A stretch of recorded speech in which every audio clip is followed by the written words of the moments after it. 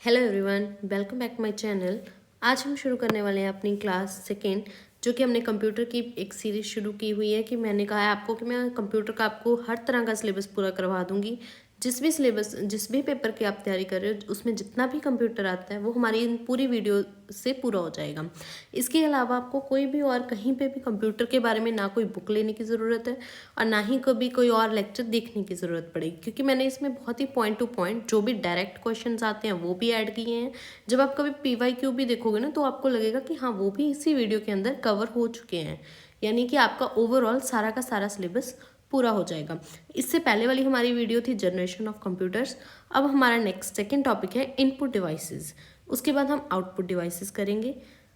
I hope so आपको ये video अच्छी लगेगी और आपको सारा कंटेंट, आपके जो भी डाउट होंगे वो सब आपको क्लियर हो जाएंगे। अब हम शुरू करते हैं इनपुट डिवाइसेस। छोटा सा टॉपिक है, बहुत जल्दी कवर अप हो जाएगा।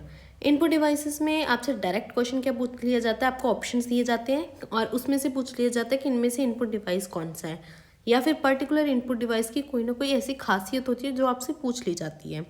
अब जैसे इसमें है आपका माउस। फर्स्ट, माउस सबको पता है, सब कंप्यूटर यूज़ करते हो। माउस क्या है ये आप लोगों को पता है।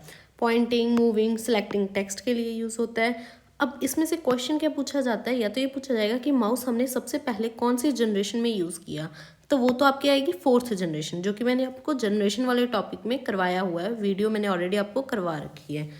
नेक्स्ट है इन्वेंटेड बाय। अब माउस को इन्वेंट किसने किया था? डगलस एंजेलोवर्ट ने। डगलस एंजेलोवर्ट ने इसको इन्वेंट किया। इसके अलावा माउस से कोई और क्वेश्चन नहीं आएगा। अब नेक्स्ट है हमारा कीबोर्ड। कीबोर्ड में से आपसे पूछ लिया जाता है कि कीबोर्ड कौन सी जनरेशन में हमने सबसे पहले यूज़ किया था, तो कीबोर्ड हमने थर्ड जनरेशन में सबसे पहले यूज़ किया था। और कीबोर्ड हम किसके लिए यूज़ करते हैं? हमें कुछ भी लेटर, वर्ड, नंबर कुछ भी टाइप करना होता है, हम उसके लिए कीबोर्ड यूज़ करते हैं। अब इसकी टाइप क्या होती है? कीबोर्ड की टाइप्स, जैसे ना एक क्वेश्चन एक बार मैंने देखा था कि उसमें हमें क्वेश्चंस में पूछा गया था कि कीबोर्ड की कौन सी टाइप इनमें से नहीं है, तो उनमें से ये दो तो टाइप थी डोवोरक और कोलेमक। ये दोनों टाइप्स आपको याद रखने, अगर कोई पूछे तो ये दोनों कीबोर्ड के साथ रिलेटेड टर्म्स हैं, उसी की टाइप्स हैं। नेक्स्ट है आपका थर्ड, जॉयस्टिक। जॉयस्टिक भी एक, जैसे कर्सर को कंट्रोल करने के लिए जैसे हमारा माउस है, वैसे ही हमारी जॉयस्टिक होती है। उसी को कर्सर को कर्सर को कंट्रोल करने के लिए माउस यूज़ कर लो, जॉयस्टिक यूज़ कर लो, ऐसे हम यूज़ करते हैं। अब जॉयस्टिक जो पर्टिकुलरली गेमिंग पर्पस के लिए आपसे पूछ ली जाती है कि जॉयस्टिक किसके लिए यूज़ होती है? गेमिंग पर्पस के लिए। फिर आपका आ जाता है लाइट पेन। लाइट पेन आपके एक ऑप्टिकल इनपुट डिवाइस है, मतलब एक पॉइंटिंग डिवाइस है, जैसे पेन की तरह होता है। अब पेन से वहाँ पे अगर आप कहीं पे क्लिक करते हो स्क्रीन पे, तो वहाँ पे क्लिक हो जाता है, कुछ आप खोलते हो वो खुल जाता है आगे, है ना। तो ये आपके लाइट पेन का काम है। फिर आपको ट्रैक बॉल आ गया। आपका ट्रैक बॉल क्या होती है? वो भी एक, जैसे ना एक माउस होता है, माउस की तरह ही होती है, लेकिन वहाँ पे एक ऐसे एक बॉल सी बनी होती है। अब इसको अपने हाथ से ट्रैक कर सकते हो कहीं पे भी इधर उधर, यानी कि आप उसको अगर यूज़ करते हो तो आपका कर्सर भी वैसे ही घूमता है।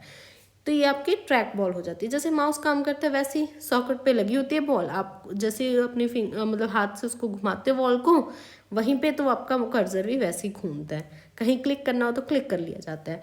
नेक्स्ट आपका स्कैनर। स्कैनर की टाइप्स पूछ ली जाती हैं। टाइप्स में कुछ कुछ स्पेसिफिक चीज़ है वो पूछ ली जाती है। लेकिन स्कैनर है क्या? स्कैनर स्कैन करता है। अब क्या स्कैन करता है? जैसे कोई फोटोग्राफ है, आप स्कैनर में नहीं डाल देते, वो फिर आपके कंप्यूटर में मॉनिटर पे शो हो जाती है ना। आप उसको कोई एडिटिंग करनी है, आप उसमें वो कर सकते हो। फोटोग्राफ, पोस्टर्स, मैगजीन पेजेस, उसमें आप कंप्यूटर में अगर आपको कोई एडिटिंग वगैरह करनी है, डिस्प्ले करके देखना है, तो आपके मॉनिटर पे वो चीज़ आ जाती है, जो आपके पास एक हार्ड कॉपी होती है जिस चीज़ की, जब आप उसको स्कैनर के अंदर डाल देते हो कोई भी पेपर वगैरह को। अब स्कैनर्स कितने तरह के होते हैं? वैसे तो बहुत तरह के होते हैं, लेकिन हम जो पढ़ रहे हैं उनमें बस यही है। एक तो फ्लैट बेड स्कैनर हो गया, sheet fed scanner, hand held scanner और ड्रम स्कैनर। क्लियर है? फ्लैट बेड स्कैनर यानी कि जो बिल्कुल फ्लैट सरफेस होगा, हम फ्लैट सरफेस के ऊपर अपने डॉक्यूमेंट रख देंगे। शीट फेड स्कैनर क्या होता है? इसमें अपने पास, हम इसमें बुक या फिर कोई हार्ड या थिक ऑब्जेक्ट, जो बहुत ज़्यादा थिक ऑब्जेक्ट है या बुक है, उसको स्कैन नहीं कर सकते हम। इसको, इसमें से सिर्फ हम पेपर को स्कैन कर सकते हैं, यानी कि एक शीट को स्कैन कर सकते हैं। तो आपका शीट फेड स्कैनर हो गया।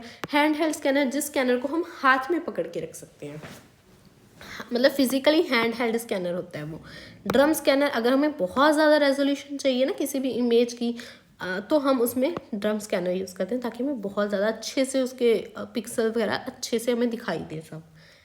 फिर आ जाता है सेवेंथ। सेवेंथ है आपका magnetic ink character reader, very very important, इसको तो आप बिल्कुल भी नहीं भूलोगे।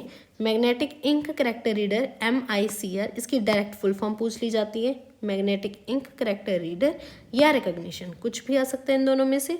और ये आपको यूज़ होती है आपके चेक्स के लिए, जो आप चेक की स्पेलिंग गलत है यहाँ पे, जो आप चेक यूज़ करते हो ना अपने बैंक के चेक होते हैं, आप जैसे बैंक में जाते हो आप अपना चेक पकड़ा देते हो, तो वो वहाँ पे जो चेक के ऊपर फिर वो कुछ ना कुछ यूज़ करके ना आपको चेक नंबर देखते हैं, वो उसका जो वो चेक नंबर होता है वो 9 डिजिट का एक कोड होता है, जो कि अपने अपने चेक के ऊपर क्या होता है प्रिंटेड होता है। अब उसको स्कैन करने के लिए हम ये मैग्नेटिक इंक करेक्टर रीडर या रिकॉग्निशन यूज़ करते हैं। नेक्स्ट अपना आ जाता है ऑप्टिकल करेक्टर रीडर OCR। ये क्या यूज़ होता है, इसका यूज़ है कि ये कन्वर्ट करता है इमेज को into machine reading text format, यानी कि हमारे पास कोई इमेज है, हमने उसको ऑप्टिकल करेक्टर रीडर के आगे रखा तो वो आपकी एक मशीन रीडेबल टेक्स्ट आ जाएगा, कि आपकी मशीन जो है वो उस इमेज को समझ लेगी और उसमें मशीन रीडिंग टेक्स्ट फॉर्मेट आ जाएगा आपकी इमेज का। फिर है बारकोड रीडर। बारकोड जैसे आप अगर कोई चीज़ लेके आते हो तो उस चीज़ के ऊपर ऐसे ऐसे ऐसे लाइंस नहीं लगी होती डब्बी के ऊपर बाहर, उसको बारकोड बोलते हैं। उसको रीड करने के लिए बारकोड रीडर यूज़ किया जाता है, ताकि उससे जो वो ऑब्जेक्ट है उस ऑब्जेक्ट का डाटा पूरा हमें पता चल जाए कि कौन सा ऑब्जेक्ट है, इसका क्या प्राइस है, या और भी जो भी हमें डिटेल उस ऑब्जेक्ट के बारे में चाहिए। ओके जैसे मॉल में जाते हैं, मॉल में क्या करते हैं, अपना सारा सामान खरीद के लेके आते हैं, फिर हम काउंटर पे रुकते हैं और फिर वहाँ पे हम क्या होता है वो उसको कुछ ना कुछ स्कैन कर रहे होते हैं, जो वहाँ पे खड़े होते हैं तो वो क्या स्कैन कर रहे हैं, तो वो बार कोड को ही स्कैन कर रहे होते हैं। 10th है अपना optical mark reader OMR sheet. सबको पता है इसकी फुल फॉर्म आपको आनी चाहिए, ऑप्टिकल मार्क रीडर। जैसे आप अपना ऑनलाइन पेपर अपना पेपर देने जाओगे अभी, है ना, आपकी OMR शीट आप उसको फिल करते हो, सभी ने अपनी लाइफ में कभी ना कभी OMR शीट फिल करी ही होती है, ऐसे होती है ना। फिर इसमें 4 ऑप्शंस होते हैं, उसमें से किसी एक ऑप्शन को आप ऐसे कलर कर देते हो, वो आपकी OMR शीट होती है।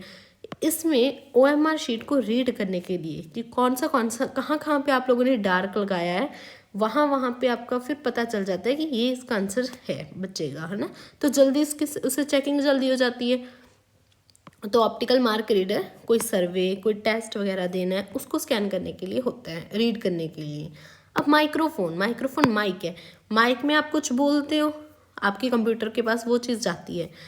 अब माइक में आपने कुछ बोला तो आपने तो अपनी साउंड दी ना, लेकिन आपके कंप्यूटर ने वो समझी, वो किस में समझेगा, वो तो इलेक्ट्रॉनिक सिग्नल ही जाएगा ना कंप्यूटर के पास। तो जो आपकी आवाज़ को आपकी साउंड को इलेक्ट्रॉनिक सिग्नल में कन्वर्ट करता है, इलेक्ट्रिकल सिग्नल में, वो आपका माइक्रोफोन होता है, माइक्रोफोन। या नेक्स्ट है आपका वेबकैम। अब आप कई बार आपका कैमरा होता है आपके पास, आप अपनी कुछ वीडियो रिकॉर्ड कर रहे हो, तो वो वीडियो रिकॉर्ड कर रहे हो या कोई लाइव स्ट्रीम चल रहा है, वो सब कंप्यूटर नेट के पास जाता है ना, तो वो भी एक इनपुट ही दे रहे हो ना आप अपनी वीडियो रिकॉर्ड कर रहे हो तो।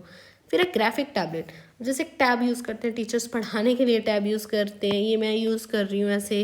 तो ये आपका है प्रेशर सेंसिटिव, जहाँ पे भी मेरे पेन का प्रेशर लग रहा है ना, वहाँ आपकी लाइन बनती जा रही है, तो ये ग्राफिक टैबलेट यूज़ होता है। नेक्स्ट है टच स्क्रीन। अब टच, मैं यहाँ पे टच भी तो कर रही हूँ, अपने फिंगर के साथ भी टच कर सकती हूँ।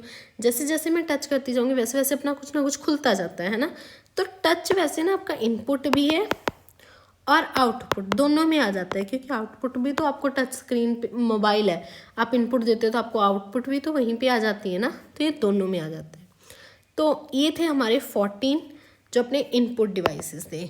इसके अलावा आपको कोई भी इनपुट डिवाइस नहीं पूछा जाएगा और कोई भी ऐसा क्वेश्चन नहीं पूछा जाएगा जो आपको ना आता हो। दैट्स इट, हमारी वीडियो कंप्लीट हो चुकी है। अगर किसी को कोई भी डाउट है तो प्लीज़ आप मुझे कमेंट करना, कोई ऐसी चीज़ हो जो मैंने नहीं अच्छी पढ़ाई हो तो आप प्लीज़ अपना रिव्यू मुझे ज़रूर देना, एंड कमेंट करना, लाइक करना, शेयर करना, सब्सक्राइब करना। Thank you so much.